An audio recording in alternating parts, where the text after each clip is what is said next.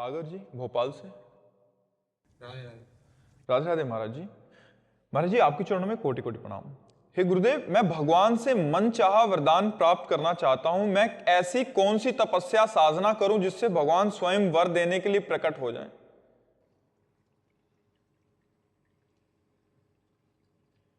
बड़ी अच्छी बात है। अर्थार्थी भी भक्त कहे गए हैं, भगवान ने कहा है। पहली बात तो ब्रह्मचर्य से रहो,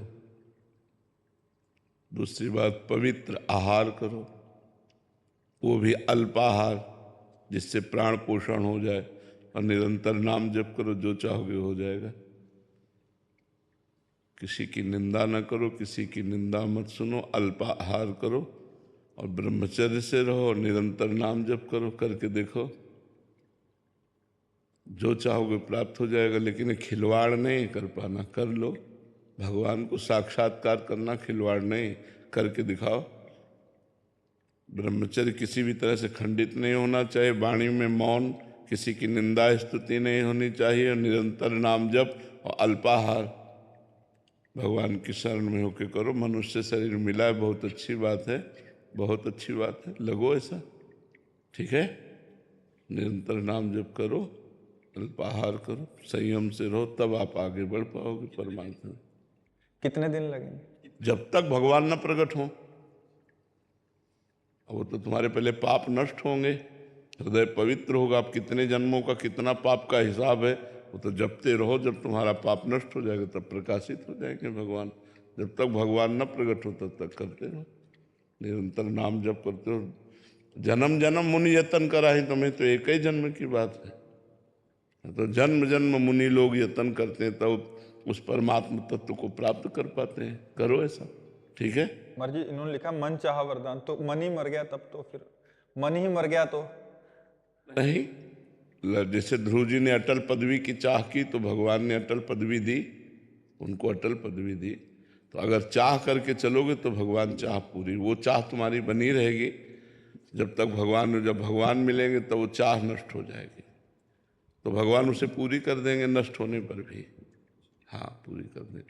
विभीषण जी कह रहे हैं भगवान से कि अब नहीं चाहिए, तो भगवान कह रहे पहले तो चाह की थी, तो कह रहे हाँ, उर्कच प्रथम वासना रही, पहले वासना थी, अब प्रभुपद सरित आपके प्रेम रूपी चरणों का दर्शन करके वो सब बह गई। आप नहीं, पर भगवान ने कहा नहीं, एक कल्प तक लंका का राज्य स्वीकार करो।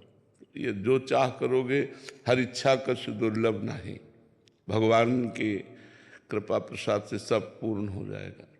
तो लगो, हम तो, ये बहुत अच्छी बात है, भगवान में लग करके वरदान चाहते हो। क्या वरदान चाहते हो?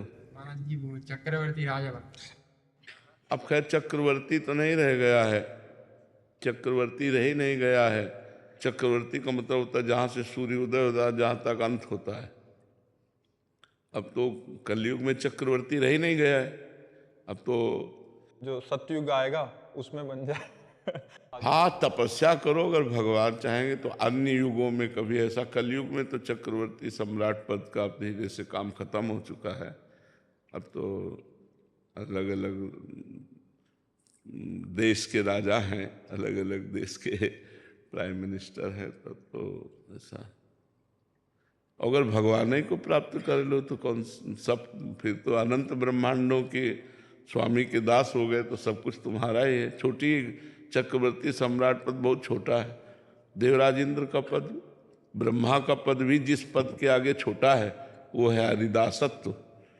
भगवान के दासत्व को क्यों नहीं मांगते कि मैं सदैव आपके चरणों के समीप रहूं, आपको देखता रहूं, निरंतर नाम जप करूं, आपके प्रेम में रोऊं, ये बात मानते। चक्रवर्ती सम्राट बहुत से हो गए, धूल दूसरित हो गए, कौन जानता है। इतिहास के पन्नों में लिखे रह गए, और उनके बने हुए जो महल थे वो खंडहर हो गए। क्या है चक्रवर्ती सम्राट, 4 दिन की चांदनी फिर अंधेरी रात, फायदा क्या। महाराज जी इस प्रश्न का कोई अस्तित्व तो नहीं है जो कर रहा हूँ। आपसे वरदान मांगने के लिए बोला जाए कि भगवान के द्वारा, तो आप क्या मांगो? भगवान से खुद कहेंगे हम, तुम्हें तो क्या चाहिए। अगर हमसे भगवान कहे कि तुम्हें क्या चाहिए, तो हम पूछेंगे आपको क्या चाहिए। आप हमसे बोलो क्या चाहिए, क्योंकि मैं आपका सेवक हूं। आप आज्ञा कीजिए, आपको क्या चाहिए। आपके नाम के बल से आपको आशीर्वाद देने की सामर्थ है।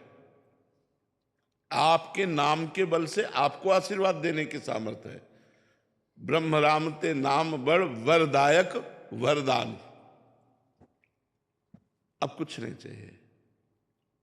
जो मिला वो बहुत कुछ मिला है, अब नहीं चाहिए। अब आप बताओ, आप कैसे खुशी रहोगे। आप सुखी रहो, आप खुशी रहो, आपके सेवक है, आज्ञा कीजिए, आपके नाम के बल से सब पूर्ण होगा। तो हम लोग तो श्री जी को आशीर्वाद देते हैं, प्रिया प्रीतम को आशीर्वाद देते हैं, तो क्या चाहिए हमसे। खेलो कूदो आनंदित रहो, बस ऐसे ही मुस्कुराते रहो, ऐसे ही रहो, खुश रहो, आनंदित रहो, बस आप प्रसन्न रहो। कोई लौकिक इच्छा नहीं रह गई हमारी। ये झूठे, ये सब झूठे सिक्के हैं। यहाँ क्या सच्चा है, क्या सच्चा है। कौन सा सुख ऐसा है जो कि वाह, बोलो क्या सच्चा है। रुपया का महत्व किस काम का। अच्छा, शरीर अस्वस्थ है तो किस काम का जीवन। अच्छा, शरीर स्वस्थ है तो कौन सा ऐसा भोग सर्वश्रेष्ठ, मलमूत्र के द्वार ही तो है। कौन सा ऐसा श्रेष्ठ सुख है, तो और कौन सा भोग रह गया। खाओ 6 घंटा में शौच बन गया, दूध पियो चाहे जो जूस पियो, थोड़ी देर में मूत्र बन गया। कौन सा सुख है यहाँ, कौन सा सुख है। हमें ये बताए कि ये टाप का सुख है। टाप का सुख कौन सा है। कोई सुख नहीं, पूरा जीवन व्यतीत हो जाता है इसी में, क्या मिलता है। तभी तो सुख की खोज तभी संपन्न होती जब भगवान मिल जाते हैं। इन सबसे सुख की खोज पर वह ज्ञान के कारण उसे लगता है कि हम ऐसे भगवान का आश्रय लो, भजन करो, जो चाहोगे प्राप्त हो जाएगा। इस युग में न सही तो अगले युग में जीव तो अविनाशी है, भगवान ऐसा बना सकते हैं। नाम जप करो।